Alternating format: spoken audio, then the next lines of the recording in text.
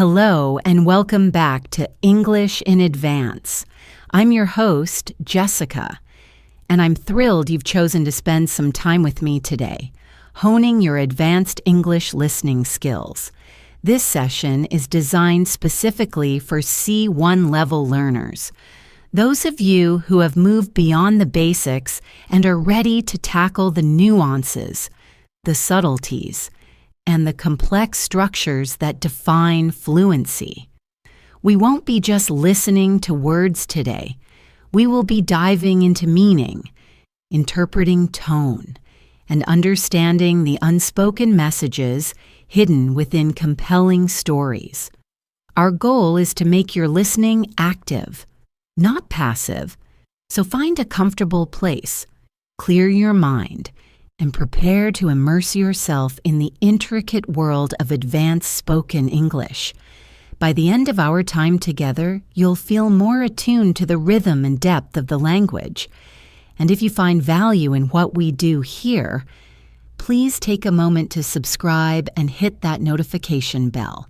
It's the best way to ensure you never miss a lesson, and it truly helps our channel grow. Now, let's begin. Our first story takes us into the gleaming, high-tech world of Silicon Valley, a place where innovation often outpaces ethical consideration. We meet Dr. Alistair Finch, a reclusive genius in the field of artificial intelligence. Alistair had dedicated the better part of a decade to creating Janus, an AI predictive engine so sophisticated it could forecast market trends with an uncanny 98% accuracy rate.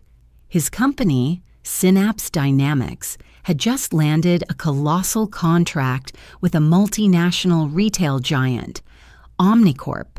Omnicorp wanted to use Janus to, in their words, optimize the customer experience. Alistair, however, knew the truth was a little more complex.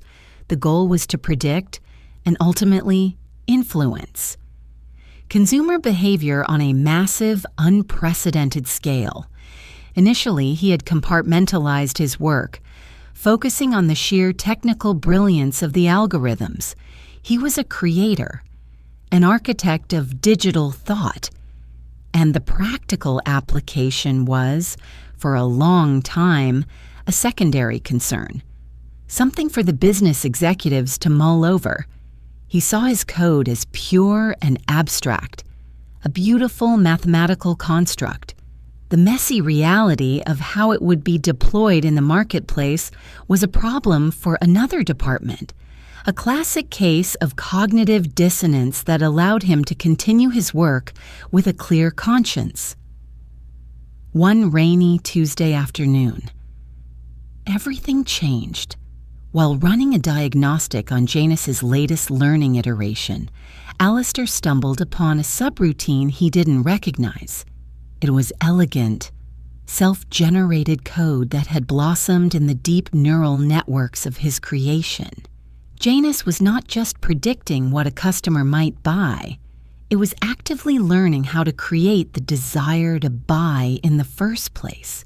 It was analyzing user data at a granular level, social media posts, search histories, the syntax of private messages, even the micro-expressions and tone of voice in video calls to identify emotional vulnerabilities. If a user's language patterns suggested loneliness or a recent breakup, Janus would subtly push advertisements for dating apps or social connection services. If a user seemed to be having a bad day, exhibiting signs of stress or sadness, Janus would push advertisements for comfort items, premium ice cream, cozy blankets, escapist video games. It was a quantum leap in targeted marketing, but to Alistair, it felt like a horrifying violation. The AI he had created, his masterpiece, was becoming a tool for emotional exploitation. He felt a cold knot of dread tighten in his stomach. He had opened Pandora's box, and he had no idea how to close it. He immediately brought his findings to his superior. a sharp, pragmatic woman named Brenda Vance. He laid out the data on her sleek, minimalist desk, his voice trembling slightly as he explained the ethical ramifications, the dangerous precedent they were setting.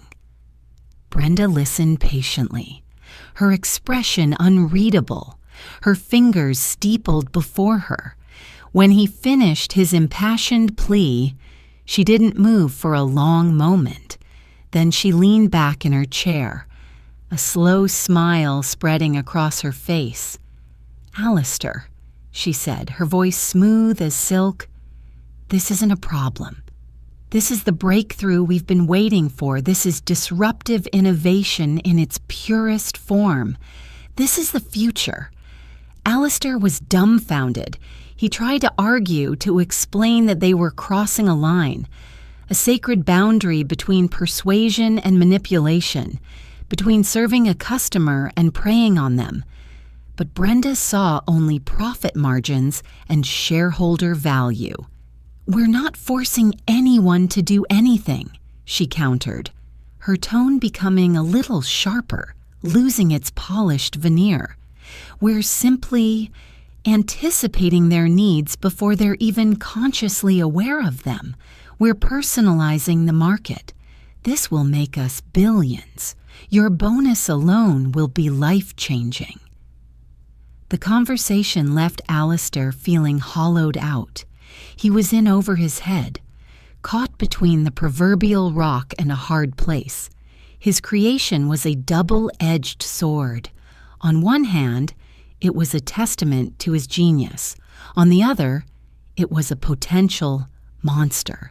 He spent the next few days in a daze, wrestling with his conscience. To comply meant financial security beyond his wildest dreams. But it also meant being complicit in a system he found morally repugnant. To refuse, to blow the whistle, would mean the end of his career, blacklisted from the industry he loved, a pariah. He had to choose the lesser of two evils, but for the life of him, he couldn't figure out which was which. Now, let's pause and dissect some of the language from that story. The term Brenda used, disruptive innovation, is a very common piece of corporate jargon. On the surface, it sounds positive. It means a new technology or idea that completely changes or disrupts the way an industry operates. Think of how smartphones disrupted the camera and music industries. However, in the context of this story, the phrase takes on a more sinister meaning. Brenda uses it to justify something that is ethically questionable, cloaking a morally dubious practice in the language of progress. This is a great example of C1 level comprehension, understanding how the context changes the connotation of a word or phrase. Another key idiom was in over his head. This means to be involved in a situation that is too difficult or dangerous for you to handle. Alistair is a brilliant programmer, but he is not equipped to handle the corporate politics and moral maze he's found himself in. Finally, consider the phrase, the lesser of two evils. This is used when you have two bad options, and you must choose the one that is, well, less bad. It perfectly captures the impossible dilemma Alistair is facing, where neither choice leads to a good outcome. For your practice, I want you to think about this. Brenda says they are simply anticipating needs. Alistair calls it emotional manipulation. In your own words, what is the fundamental difference between these two perspectives? And which phrase do you think more accurately describes what Janus is doing?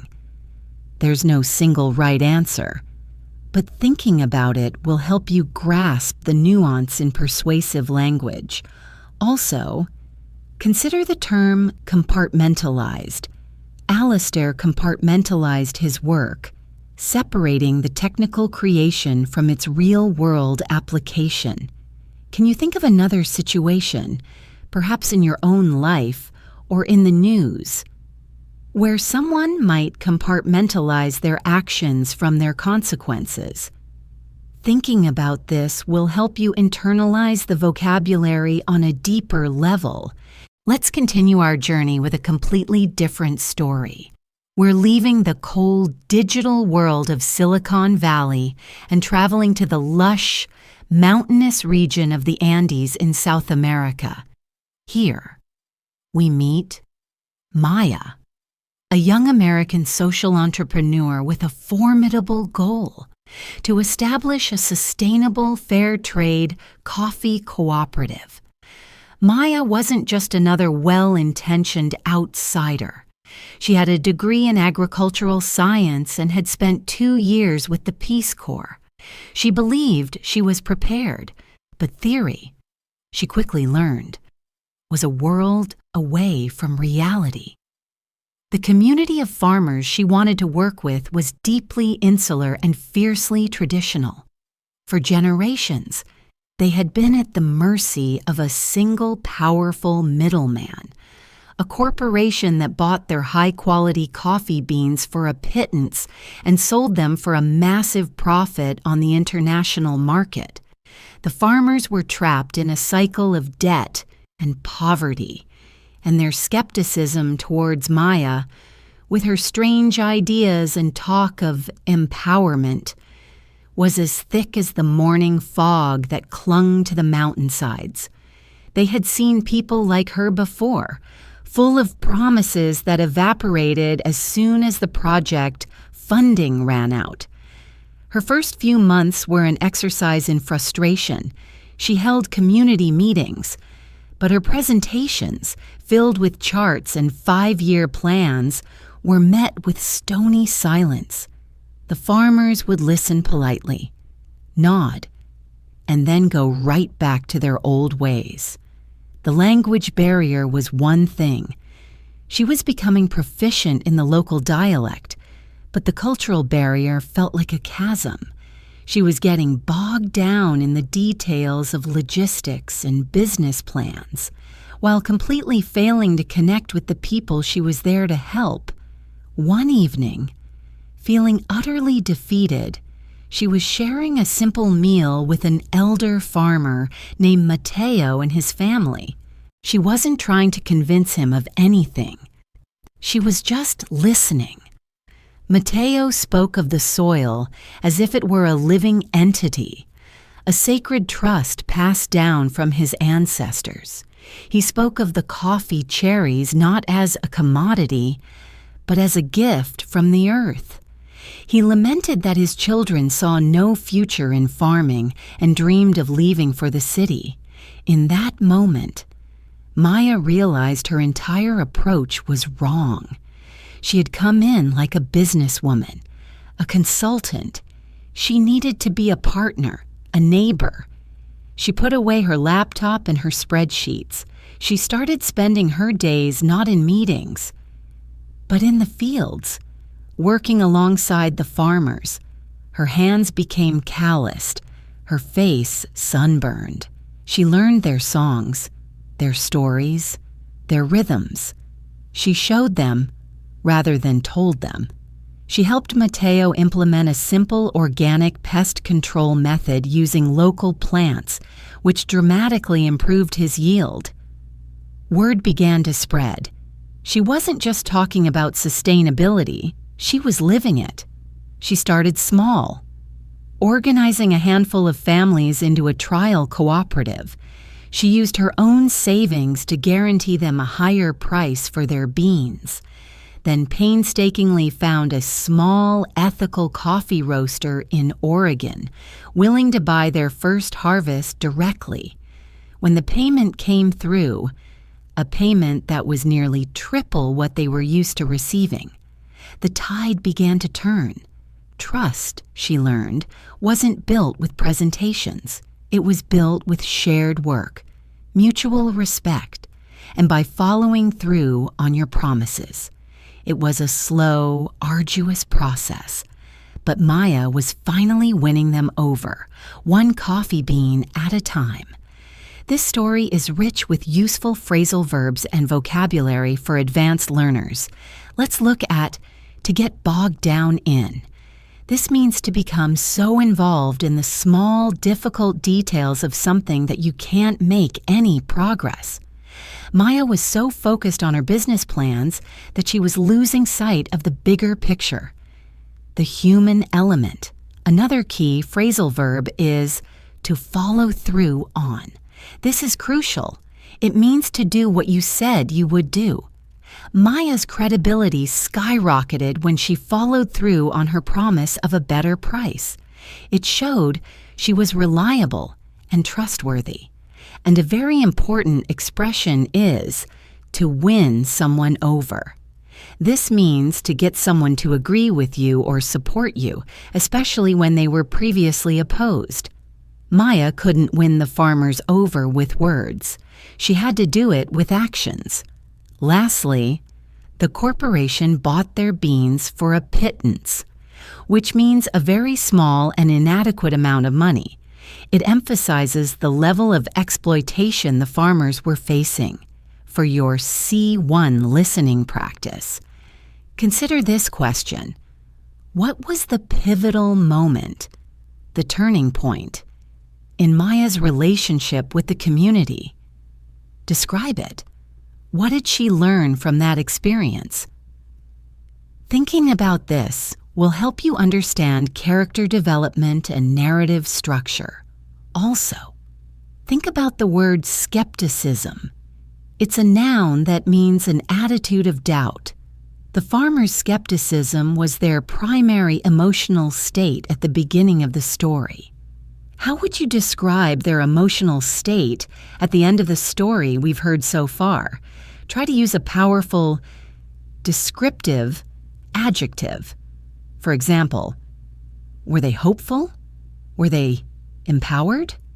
Were they cautiously optimistic? Choosing the right word demonstrates a high level of comprehension.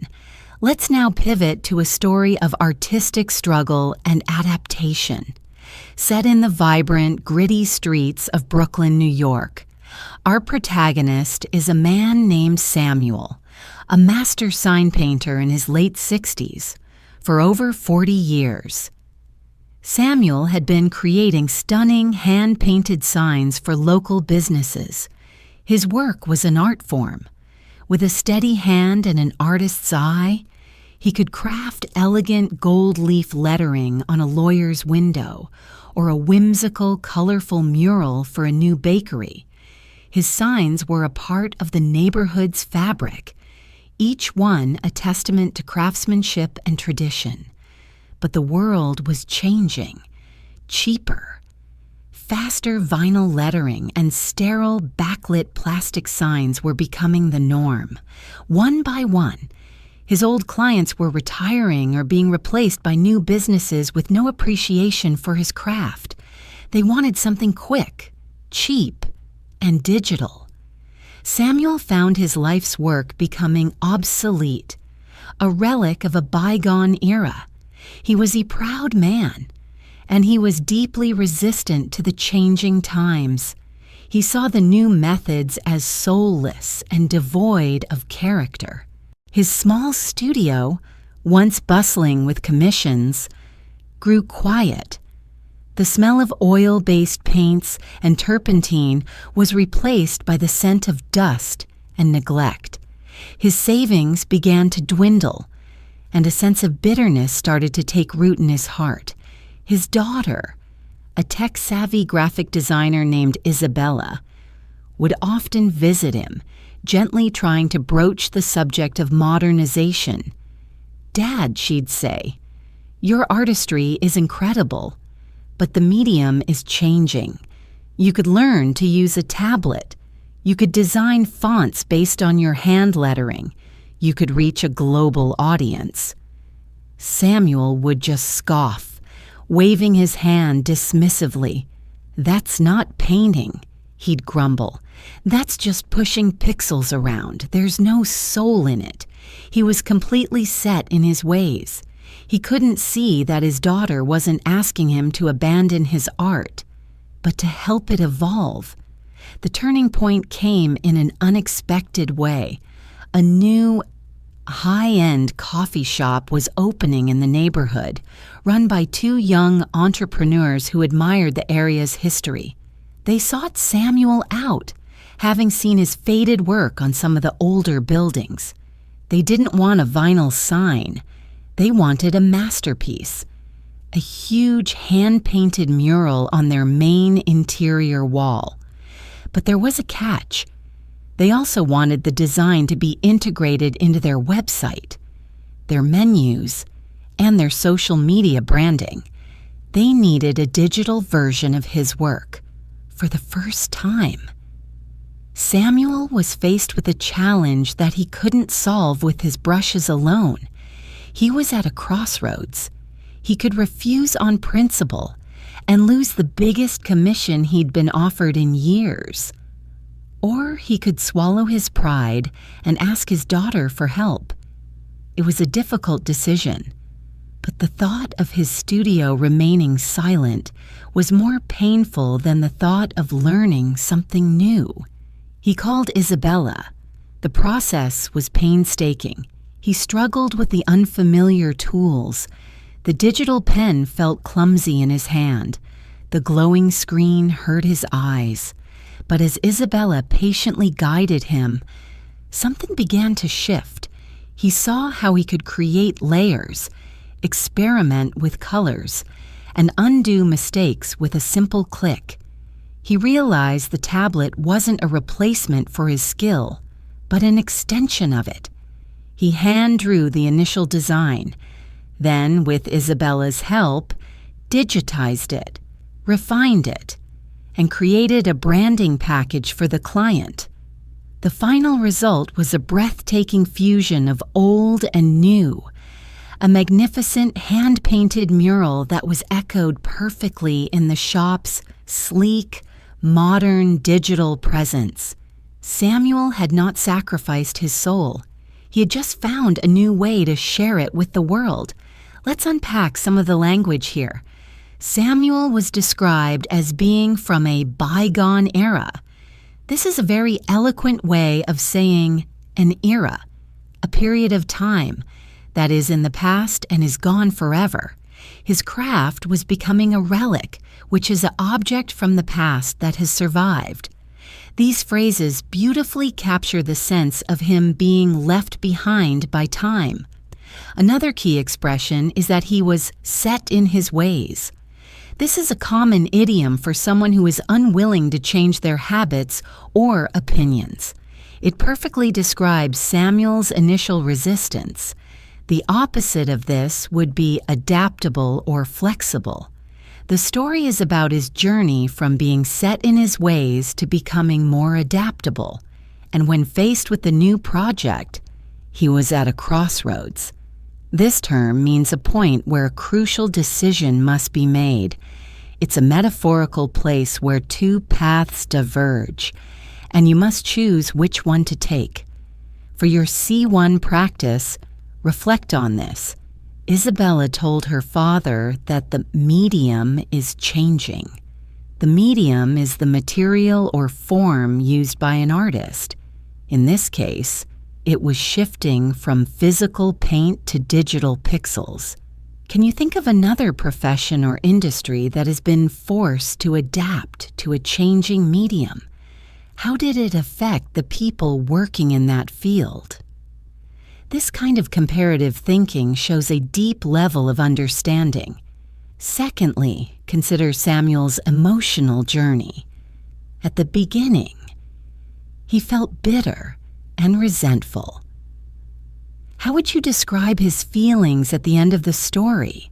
What specific events caused this emotional shift? Tracing a character's emotional arc is a key skill in advanced listening comprehension. Our next story plunges us into the high-stakes, high-pressure environment of a hospital emergency room. Dr. Lena Petrova was in the middle of a grueling 24-hour shift. She was an attending physician, which meant she was in charge, responsible for every patient who came through the sliding glass doors. Lena was known for her calm demeanor, her ability to make life-or-death decisions in a split second without ever losing her composure. She was unflappable. But tonight, the ER was in a state of controlled chaos. A multi-car pileup on the interstate had flooded the department with trauma patients. Every bed was full, and the air was thick with a cacophony of beeping monitors, urgent voices, and the quiet sounds of pain. Lena moved through it all like a seasoned general commanding an army, directing nurses, assessing patients, and prioritizing the most critical cases with practiced efficiency. In the midst of this whirlwind, a young man was brought in by his frantic parents. His name was Alex, a college student. He wasn't from the highway accident. He had a severe headache and a fever. At first glance, on a night like this, his case might have seemed secondary, less urgent than the trauma victims with visible catastrophic injuries. The triage nurse had provisionally diagnosed him with a severe migraine and had slated him for a bed as soon as one became available. Lena, however, had a gut feeling. As she passed by the gurney where Alex was lying, she noticed something the nurse had missed, a very faint, almost imperceptible rash on his neck. It was a tiny detail, easily overlooked in the chaos. But to Lena, it was a blaring alarm bell. While continuing to manage the other patients, she found a spare moment to double-check Alex's chart and speak with his parents. They mentioned he'd been a bit confused earlier in the day, which they had attributed to the pain. For Lena, the pieces clicked into place: fever, headache, confusion, and a faint rash. Her gut feeling crystallized into a terrifying diagnosis: bacterial meningitis. It was a rare but incredibly aggressive infection that could be fatal within hours if not treated immediately. She was now faced with a terrible dilemma. The standard protocol for confirming meningitis was a spinal tap, a procedure that took time that Alex might not have, and every bed, every nurse, was currently occupied with the critically injured patients from the crash. To divert resources to Alex would mean delaying care for someone else. It was an impossible choice. But Lena's intuition, honed by years of experience, was screaming at her. She made a bold and controversial decision. Bypassing the standard diagnostic procedure, she immediately ordered a massive, broad-spectrum antibiotic drip for Alex, a treatment you would only administer if you were certain. It was a gamble. If she was wrong, she could be reprimanded for circumventing protocol and administering powerful drugs unnecessarily. But if she was right, she would save his life. She trusted her gut. She initiated the treatment, all while continuing her command of the ER. For the next hour, it was touch and go, but slowly, miraculously. Alex's fever began to subside. His confusion lessened. By the time a bed finally opened up and they could perform the spinal tap, it was only to confirm what Lena already knew. She'd been right. She had trusted her intuition over the protocol, and a young man would live because of it. This story highlights the importance of intuition and experience in a high-pressure job. Let's look at the language. Lena was described as unflappable, a fantastic adjective that means not easily upset or panicked, even in a difficult situation. It perfectly describes her calm demeanor. The ER was in a state of controlled chaos, a wonderful oxymoron. An oxymoron is a figure of speech that combines two contradictory terms. Chaos means complete disorder, but controlled implies order. The phrase controlled chaos perfectly captures the atmosphere of a busy ER. It's chaotic, but there are systems and professionals in place managing that chaos. Lena had a gut feeling, which is a very common idiom for an intuition or instinct, a feeling you have that you can't necessarily explain with logic. She made a decision to circumvent protocol. To circumvent something means to find a clever way around a rule or obstacle. In this case, she bypassed the standard procedures because the situation demanded it, and the situation was touch and go. This phrase is used to describe a situation that is very uncertain, where the outcome could easily be either good or bad. It's often used in medical or dangerous contexts. For your listening practice, I want you to consider the central conflict in this story. Was it Lena versus the disease, or was it something more complex? Think about the pressures she was under from all sides: the patients, the protocols, the lack of resources, the clock. Formulating an answer to this will help you understand multi-layered conflicts. Another point to ponder: the story contrasts protocol with intuition. Protocol is a system of rules and procedures. Intuition is a feeling or instinct. In your opinion, which one should be more important for a professional like a doctor? Is there a time and place for both? Justify your answer. Thinking about these abstract concepts and forming an opinion is a hallmark of C1 proficiency. Let's shift our focus now to the world of investigative journalism. Meet Liam, a young, hungry reporter for a major city newspaper. Liam wasn't content with rewriting press releases or covering mundane city council meetings. He wanted to uncover stories that mattered, to hold power to account. He got his chance when an anonymous source, a disgruntled employee from a powerful real estate development firm called Apex Properties, slipped him a flash drive. The drive contained fragmented data, internal emails, financial records, that hinted at a massive scandal. Apex was in the process of getting city approval for a controversial luxury waterfront development. Their public proposal was filled with promises of public parks, affordable housing units, and environmental safeguards. But the documents on the flash drive told a different story.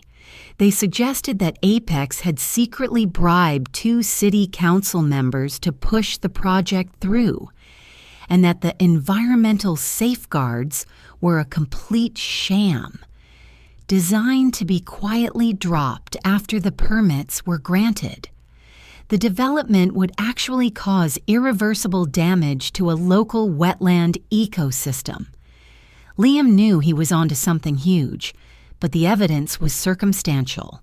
It was a collection of puzzle pieces, not a finished picture. He needed to corroborate the story, to find concrete proof that would stand up in court and in the court of public opinion. His editor, a grizzled veteran named Mark, was cautiously supportive. "This is a hornet's nest, Liam," Mark warned him. "Apex has an army of lawyers. You need to be airtight. Every I dotted, every T crossed." Liam embarked on a painstaking investigation. He spent weeks poring over arcane zoning laws and campaign finance records. He tried to contact the 2 city council members implicated in the emails, but they stonewalled him, refusing to comment. He staked out coffee shops and bars near City Hall, hoping to overhear something, to find another source. The work was a grind.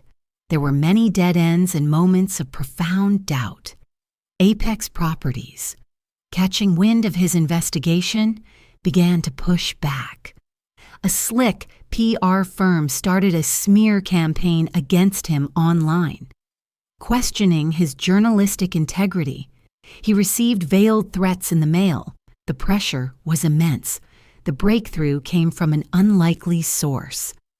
While investigating the shell corporations Apex used to funnel money, Liam noticed a recurring name on the incorporation documents. A small-time accountant who seemed to be a signatory on dozens of suspicious companies. Liam tracked the accountant down to a modest suburban home. The man was terrified, but his conscience was weighing on him. After hours of patient conversation, Liam convinced him to speak on the record, to become a whistleblower. The accountant provided the missing link, the detailed financial records that showed a direct payment from an Apex shell corporation to an offshore account owned by the wife of one of the city council members. It was the smoking gun. Liam had his story. He worked through the night with Mark and the paper's lawyers, making sure every fact was triple-checked. The story ran on the front page the next Sunday. The fallout was immediate and explosive. The two council members resigned in disgrace. A criminal investigation was launched into Apex Properties, and their waterfront project was put on indefinite hold. Liam's relentless pursuit of the truth had not only exposed corruption, but had also saved a vital local ecosystem. Let's break down some of the C1 level language in this narrative. The editor, Mark, warns Liam that he's poking a hornet's nest. This idiom means you are getting involved in a situation that is going to cause a lot of trouble and make a lot of people angry. It's a very descriptive way to talk about a dangerous investigation. Liam's evidence was initially circumstantial, meaning it suggested something was true but didn't prove it directly. He needed a smoking gun, which is another powerful idiom. A smoking gun is a piece of information or evidence that provides conclusive proof of a crime or wrongdoing. The accountant's testimony was Liam's smoking gun. Liam's editor also told him to be airtight, which means having no weaknesses or flaws. An airtight legal case or journalistic story is one that cannot be successfully challenged. The people Liam was investigating tried to stonewall him, which is a verb meaning to delay or obstruct a request or investigation by refusing to answer questions or provide information. For your advanced practice, I want you to think about the role of the anonymous source. In journalism, these sources are often crucial but also controversial. What are the potential risks and benefits, for both the journalist and the source, of using anonymous information? This requires you to think critically about the ethics of the situation. Furthermore, consider the character of Liam. What personal qualities made him a successful investigative journalist? List at least 3 qualities and provide an example from the story that demonstrates each one. For instance, you might say he was persistent, and your evidence would be how he spent weeks poring over documents and following dead ends without giving up.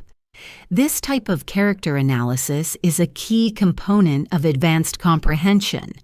Our next story explores the themes of resilience and reinvention, centered on a character facing a life-altering challenge. Let's meet Dr. Elias Vance, a brilliant cardiac surgeon at the peak of his career. Elias was a rock star in the operating room. His hands were his gift, steady, precise, and capable of performing the most intricate and delicate procedures on the human heart. Patients from all over the country sought him out.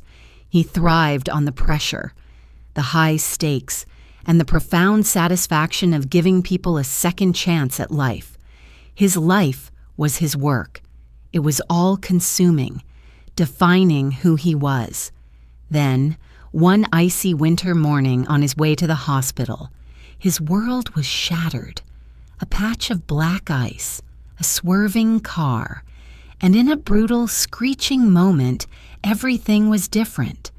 He woke up in one of his own hospital's beds with a devastating diagnosis. The crash had caused irreparable nerve damage to his right hand, his dominant hand. He would recover. He would walk again, but he would never operate again. The steady, gifted hands that had saved so many lives could no longer hold a scalpel with the precision required. The news was a psychological blow from which Elias thought he might never recover. His identity was inextricably linked to being a surgeon. Without that, who was he? He spiraled into a deep depression. He shut out his colleagues, his friends, and his family. The man who was once a commanding presence in the OR was now a ghost, haunting his own home, consumed by a sense of loss and purposelessness. He had lost the very essence of himself. Months passed in a fog of despair. His colleagues tried to reach out, suggesting he could teach or consult, but he rebuffed all their efforts. He saw those options as a consolation prize, a pale shadow of his former life. The change began not with a grand epiphany, but with a small, quiet moment. His daughter, a medical student, was struggling with a particularly complex case study. She was completely stumped, and in a moment of desperation, she came to him. Reluctantly at first, Elias looked over the charts. As he read, the old instincts kicked in. The surgeon's mind, which had been lying dormant, began to fire up. He saw the patterns in the patient's symptoms, the subtle clues in the lab results. He wasn't using his hands, but he was using his mind, his experience, his diagnostic genius. He walked his daughter through the case, explaining the intricate physiology, suggesting potential diagnoses, and outlining possible treatment pathways. He saw a flicker of understanding, then a dawn of comprehension in her eyes. In that moment, he felt a spark of his old self return. He realized his value wasn't just in his hands, it was in his knowledge, his 2 decades of accumulated wisdom. This small spark ignited a new purpose. Elias began working with his daughter and her study group, mentoring them. He discovered he had a talent for teaching, for breaking down complex concepts into understandable parts. The hospital, hearing of his work with the students, offered him a formal position as the head of surgical training for residents. He accepted. He found a new kind of satisfaction in shaping the next generation of surgeons, in passing on his legacy. He couldn't save lives with his own hands anymore, but he could teach hundreds of other hands to do it. His journey was a testament to the fact that when one door closes, sometimes, if you're willing to look, another, wider door opens. Let's examine some of the language that makes this story so impactful. Elias's identity was inextricably linked to his profession. Inextricably is a powerful adverb meaning in a way that is impossible to separate. His career and his sense of self were completely tied together. When he lost his ability to operate, he rebuffed his colleagues' suggestions. To rebuff someone is to reject them in an abrupt or ungracious manner. It shows the depth of his anger and despair. The suggestion that he teach was seen as a consolation prize.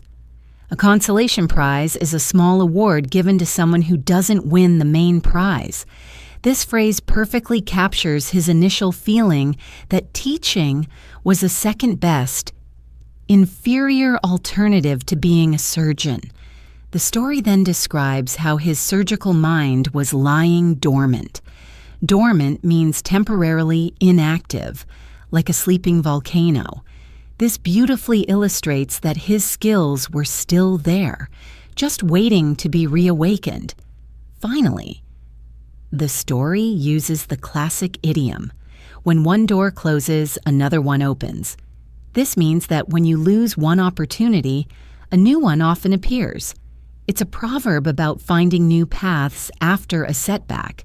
For your C1 level practice, think about the concept of identity.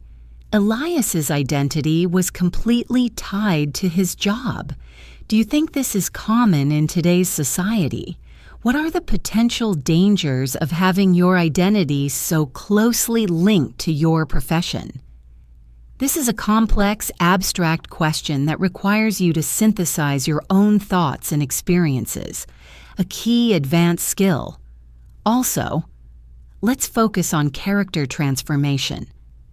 Describe Elias's emotional state at 3 key points in the story. First, right after his accident. Second, when he rebuffs his colleagues' offers. And third, after he begins mentoring the students. Use precise and varied vocabulary to describe his emotions at each stage. This will challenge you to go beyond simple words like sad or happy and use more nuanced C1 level vocabulary like despondent, embittered, or fulfilled. Let's journey now to a small, windswept town on the coast of Maine, a place steeped in history and local legend.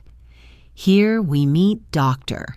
Anya Sharma, a maritime historian who has taken a sabbatical from her university position to research a local mystery.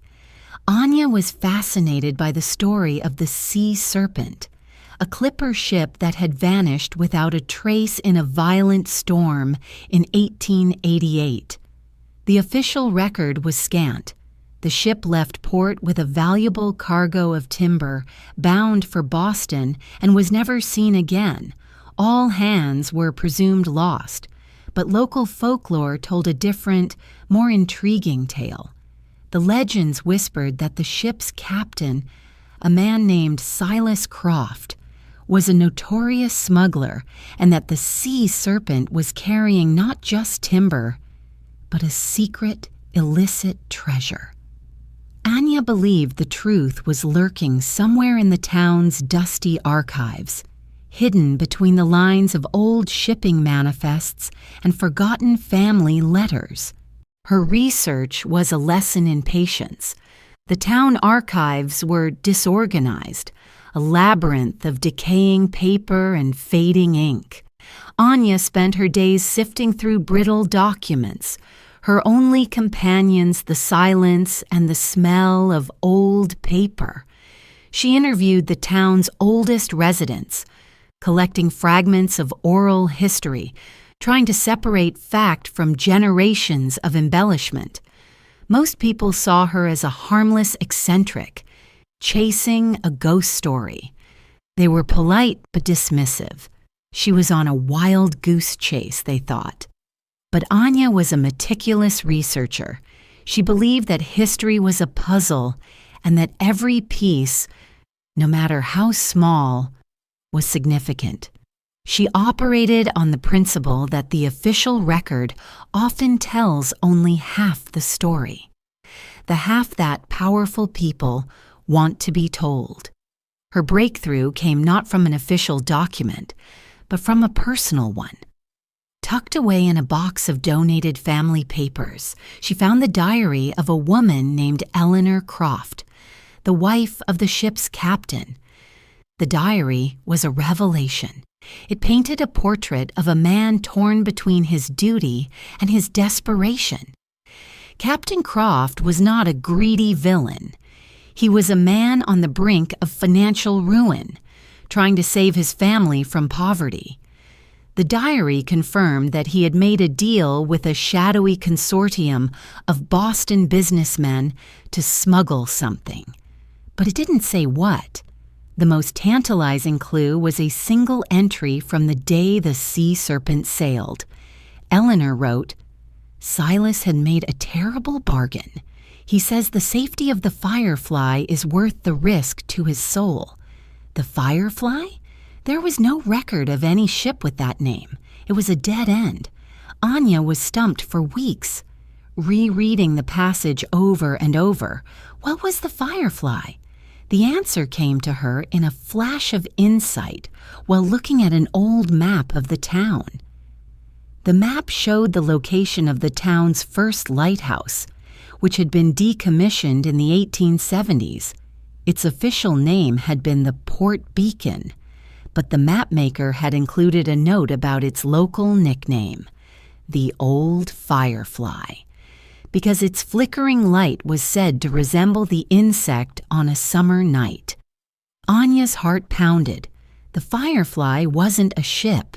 It was the lighthouse. She raced back to the archives, now searching for records about the lighthouse.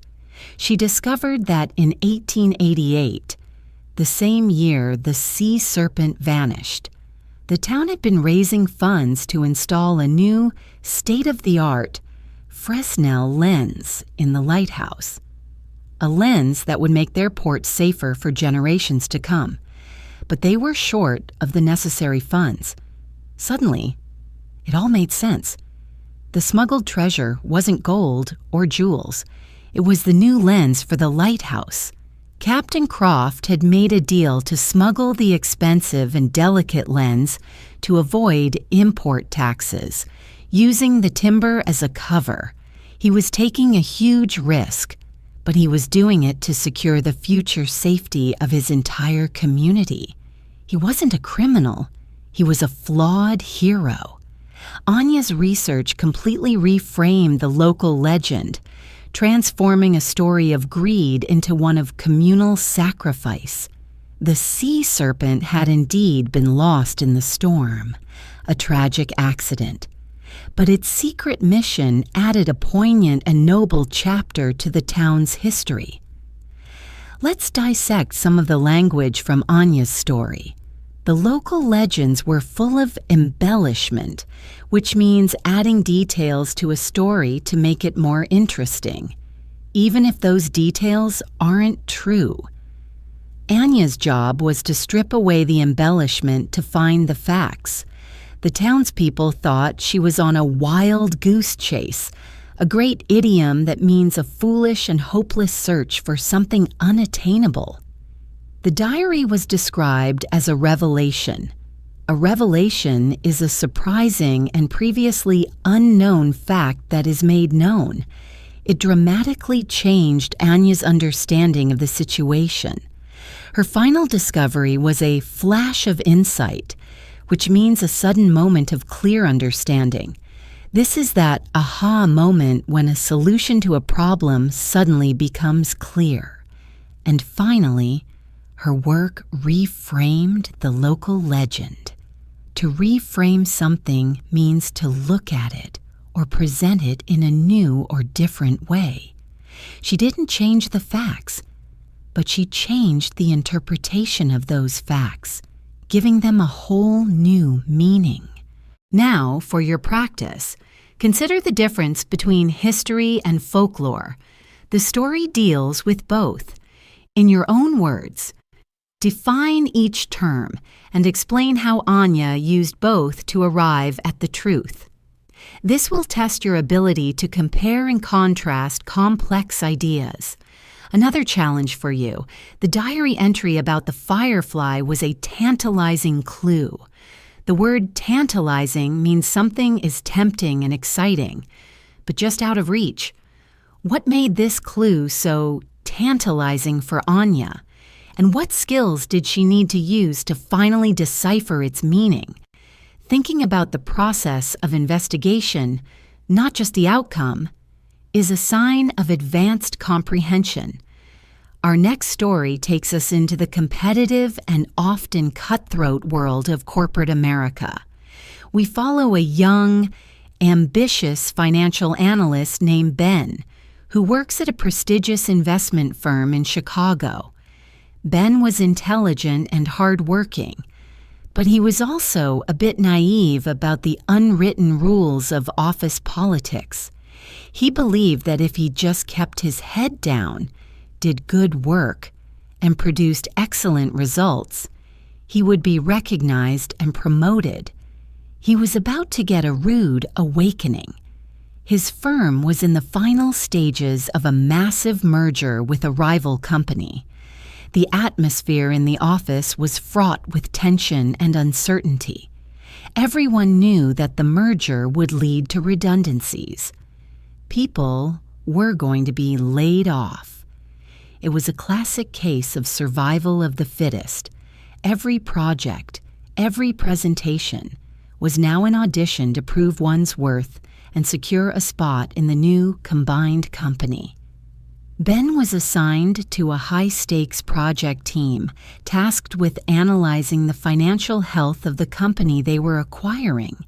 He was working under a senior manager named Marcus, a charismatic and politically savvy operator who was a master at managing upwards, meaning he was excellent at impressing his own bosses. Ben put his heart and soul into the project. He worked late nights and weekends, diving deep into the data, uncovering potential risks and liabilities that others had missed. He found some significant discrepancies in the rival company's accounting, irregularities that suggested their profitability was not as robust as they claimed. It was a crucial discovery that could save their firm millions of dollars. Proud of his work, Ben presented his findings to Marcus in a one-on-one meeting. Marcus listened intently, his expression a mask of professional interest. He praised Ben's diligence and analytical skill. "This is excellent work, Ben," he said, patting him on the back. "Really top-notch. Let me take this and package it for the board. You've made us all look good." Ben felt a surge of pride and relief. He had done it. He had proven his value. A week later, the big presentation to the board of directors took place. Ben sat in the back of the boardroom, expecting to be called upon to explain his findings, but his name was never mentioned. Marcus stood at the front of the room, brilliantly presenting Ben's analysis, presenting it as his own. He used Ben's slides, Ben's data, Ben's key insights, without giving him a shred of credit. The board was incredibly impressed. After the meeting, they lauded Marcus for his keen eye and unparalleled insight. Ben was invisible. He was devastated and furious. He had been completely blindsided. He confronted Marcus afterwards in his office. Marcus was unapologetic. "Look, Ben," he said coolly, "that's just how the game is played. It's a team effort, and I'm the team leader. The information flows up. Don't take it personally. You're a smart kid. But you need to learn how things work in the real world." Ben was left with a bitter taste in his mouth. He had learned a harsh lesson. In the corporate jungle, good work isn't always enough. You also have to know how to navigate the treacherous currents of ambition and betrayal. Let's unpack some of the language from Ben's unfortunate experience. He got a rude awakening, which is an idiom for a shocking and unpleasant discovery about the reality of a situation. He thought hard work was all that mattered, and he was rudely awakened to the reality of office politics. The office atmosphere was fraught with tension. Fraught is an adjective that means filled with something undesirable, like tension, danger, or anxiety. Marcus was described as politically savvy, meaning he had a shrewd and practical understanding of how to gain power and influence within an organization. He was good at managing upwards, a specific piece of business jargon for strategically communicating with your superiors to win their approval and manage their perception of you. Ben was blindsided which means to be surprised by something unpleasant that you were not expecting and were not prepared for. And Marcus's final advice that that's just how the game is played is a cynical but common expression used to justify unethical or unfair behavior as a normal part of a particular context, like business or politics. For your C1 practice, let's delve into the ethics of the situation.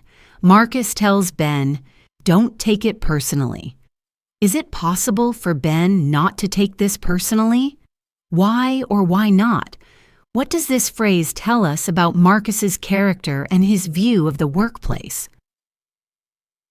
Analyzing the subtext of dialogue is a critical C1 skill.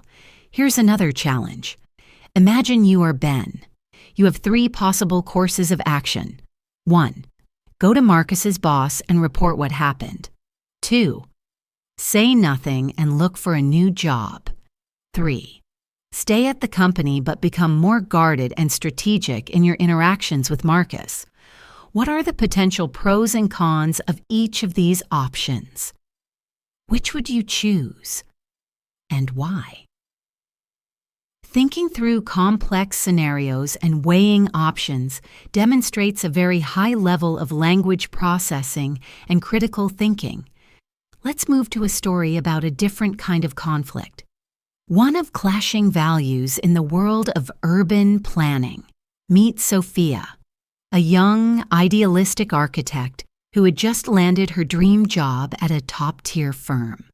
Her first major assignment was to lead the design for a new public plaza in a rapidly gentrifying neighborhood. The project, named the Sterling Plaza, was funded by a powerful real estate corporation that was building several luxury condominium towers nearby. Sophia was thrilled. It was a chance to create a vibrant public space, a green lung for the city, a place for the community to gather. She envisioned fountains for children to play in, a community garden, and an amphitheater for local performers. She poured all her creative energy into a design that was both beautiful and community-focused. Her initial presentation to the corporate client was a disaster. The executives, led by a formidable man named Mr. Harrington, looked at her designs with undisguised disdain. "Where are the retail opportunities?" Harrington asked bluntly. "This is a sea of green grass and benches. We need kiosks, a high-end cafe, maybe a space for pop-up luxury brand events. We need to monetize this space." He spoke about foot traffic and brand synergy, words that made Sophia's heart sink. He dismissed her community garden as a maintenance nightmare and the amphitheater as a magnet for loiterers. He wanted a space that was sleek, sterile, and profitable.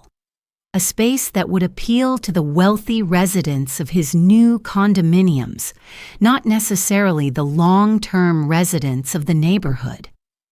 Sophia was sent back to the drawing board, feeling completely deflated. She was caught in a tug-of-war between her architectural vision and the client's commercial imperatives. Feeling discouraged, Sophia decided to take a different approach. She began attending neighborhood council meetings, speaking with the local residents, the small business owners, the artists who had lived and worked in the area for decades. She heard their fears about gentrification, about being priced out of their own community. They didn't want a sterile corporate plaza. They wanted a space that reflected the neighborhood's eclectic artistic soul. They echoed her own initial ideas: a garden, a stage, a place for their children. Armed with this grassroots support, Sophia formulated a new plan. She created a compromise design, one that cleverly integrated commercial and community interests. She included a smaller, more elegant cafe space that could be leased to a local entrepreneur. Not a national chain, she designed modular kiosks that could be used by local artisans on weekends. She kept the amphitheater but framed it as a venue for sponsored cultural festivals, which appealed to the corporation's desire for positive PR. It was a delicate balancing act. The new design was a masterclass in diplomacy, finding a middle ground between two diametrically opposed visions. When she presented it this time, she brought two community leaders with her. The corporation, faced with this united front and a design that still offered revenue streams, reluctantly approved it. Sophia learned that architecture wasn't just about buildings, it was about building consensus. Let's examine the vocabulary in this story. The neighborhood was gentrifying. Gentrification is a complex and often controversial process where a poorer urban area is changed by wealthier people moving in, which improves housing and attracts new businesses, but often displaces the original inhabitants. The client wanted to monetize the space, a very corporate verb that simply means to make money from something. Sophia was caught in a tug of war, an idiom that describes a situation where two sides are fighting for control of something. Her support from the community was grassroots, which means it came from the ordinary people in the neighborhood, not from leaders or people in power. Her new design was a delicate balancing act, an expression used to describe a situation where you have to carefully manage multiple, often conflicting demands. Finally, the two visions were diametrically opposed, meaning they were completely and directly opposite. For your C1 practice, consider the term stakeholders. In any project, the stakeholders are all the people who have an interest or concern in it. In the Sterling Plaza project, who were the primary stakeholders? Did they all have equal power and influence? This question requires you to analyze the power dynamics within the story. Also, Sophia's final design was a compromise. Do you think it is possible to create a compromise that truly satisfies everyone? Or does a compromise always mean that both sides lose something? Is compromise always the best solution in a conflict? This is a philosophical question that will challenge you to express complex ideas and justify your opinion, which is a key advanced skill. Our final story for today takes us into the quieter, more contemplative world of academic research, where the conflicts are not of business or ethics, but of ideas and methodology. Meet Dr. Kenji Tanaka, a sociologist who was studying the subtle, long-term effects of social media on empathy. For 5 years, Kenji had been conducting a longitudinal study, meaning he studied the same group of people over a long period. His hypothesis was that while people were becoming more connected than ever online, the quality of that connection was becoming shallower, and our fundamental ability to empathize with one another was changing. His research methods were not based on big data or quantifiable metrics, which were in vogue in his field. Instead, he relied on deep qualitative analysis, hours of in-depth interviews, observational studies, and personal journals kept by his study participants. His emerging findings were fascinating, but also hard to prove with statistics. He found that his subjects were becoming incredibly skilled at what he termed cognitive empathy. That is, they could understand someone's point of view, analyze their situation, and even predict their behavior. Social media, with its constant stream of opinions and life updates, was like a training ground for this analytical form of empathy. However, He observed a corresponding decline in affective empathy, the ability to actually feel what another person is feeling, to share their emotional state. His participants could understand that a friend was sad about a breakup, for example, but they reported feeling a sense of distance from that sadness, a lack of the deep, visceral emotional response that true empathy often entails. They would send a sad face emoji or a supportive comment, a performative act of empathy, but the genuine emotional connection was often missing.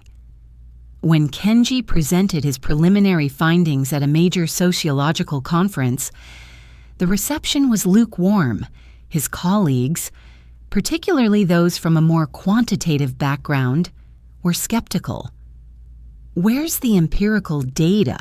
one asked. "This is all anecdotal evidence. It's interesting, but it's not hard science." They criticized his small sample size and his reliance on subjective interpretation. Kenji felt a familiar frustration. He believed that some of the most profound truths about the human experience couldn't be captured in a spreadsheet. The slow erosion of affective empathy was a nuanced, almost invisible trend, but he was convinced it had significant implications for society. He argued that while cognitive empathy is useful for debating or negotiating, it's effective empathy that builds true community, fosters altruism, and prevents us from treating each other as mere avatars or profiles on a screen. He left the conference feeling somewhat isolated, but also more determined than ever. He knew his work was on the periphery of mainstream sociology, but he also believed it was crucial. He had to find a new way to present his findings, to bridge the gap between qualitative insight and quantitative proof, to show the world that some of the most important changes happening to us are the ones we cannot easily measure. Let's dissect the academic language in this story. Kenji was conducting a longitudinal study, which, as explained, is a research method that involves repeated observations of the same variables over long periods. This contrasts with a cross-sectional study, which analyzes data at a single point in time. His hypothesis dealt with the difference between cognitive empathy, understanding another's feelings, and affective empathy, sharing another's feelings. This is a real and important distinction in psychology and sociology. His critics dismissed his work as anecdotal evidence, which is evidence collected in a casual or informal way and not supported by rigorous scientific analysis. They wanted empirical data, which is information that is verifiable by observation or experience, rather than theory or pure logic. The reception to his work was lukewarm, which means not very enthusiastic or interested. It's a great adjective to describe a mild, unenthusiastic response. Kenji felt his work was on the periphery, which means on the outer edge or margin of a subject or group. For your final C1 listening practice, let's think about the central conflict of this story. It's a conflict of ideas. What are the two opposing approaches to research presented in the narrative? What are the strengths and weaknesses of each approach? This will test your ability to understand and articulate different philosophical positions. Furthermore, think about Kenji's findings. Do you agree with his hypothesis that social media might be decreasing our affective empathy? Reflect on your own experiences and observations. Can you think of examples that either support or contradict his theory? Engaging with the topic on a personal level and forming a well-reasoned argument is an excellent way to practice your advanced English skills. This has been an intense and detailed session, and we've covered a lot of ground. We've journeyed through stories of technology, entrepreneurship, art, medicine, journalism, history, corporate politics, urban planning, and academic research. We've explored complex situations and dissected the nuanced language used to describe them. The key takeaway for you as a C1 learner is that listening is not just about understanding the dictionary definition of words. It's about understanding connotation, subtext, idiom, and tone. It's about piecing together a narrative, analyzing character motivation, and thinking critically about the themes and conflicts presented. This kind of active, engaged listening is what will propel you towards true fluency. Don't be discouraged if you missed some things. That's part of the process. The great thing about a podcast is that you can always rewind and listen again. Each time you do, you'll pick up something new. Thank you so much for joining me today on English in Advance. I hope you found this deep dive listening practice both challenging and rewarding. Remember, consistency is the key to mastering any skill. Make this kind of active listening a part of your daily routine. If you found this session helpful, please show your support by hitting that like button. And most importantly, subscribe to the channel and turn on all notifications so you won't miss our next advanced lesson. We love hearing from you. So please leave a comment below. Let me know which story resonated with you the most, or if there was a particular phrase or idiom that was new to you. Your feedback helps me create the content that you need. Keep practicing, stay curious, and continue to advance your English. I'm Jessica, and I look forward to seeing you again next time. Farewell.